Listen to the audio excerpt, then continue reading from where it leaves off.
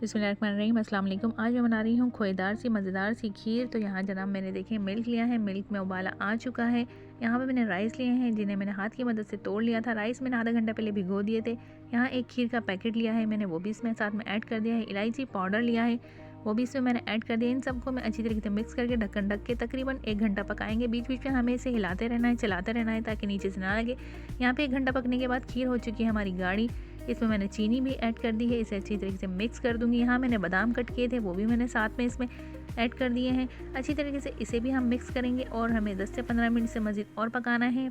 यहाँ देखें 10 से 15 मिनट गुजर चुके हैं, मज़ेदार सी हमारी खीर हो चुकी है रेडी। ये देखें बहुत ही बेहतरीन टेस्टफुल हमारी खीर रेडी हो चुकी है। खीर माशाल्लाह से बहुत ही ज़बरदस्त बनी है, हमारी खोएदार खीर बनी है। मेरी रेसिपी इसी तरीके से अगर फॉलो करेंगे तो आपको एक बहुत ही बेहतरीन सी डिश बनाने के लिए मिलेगी। फुल वीडियो के लिए मेरे यूट्यूब लिंक पे क्लिक कीजिएगा। दुआ में याद रखिएगा। अल्लाह हाफिज़।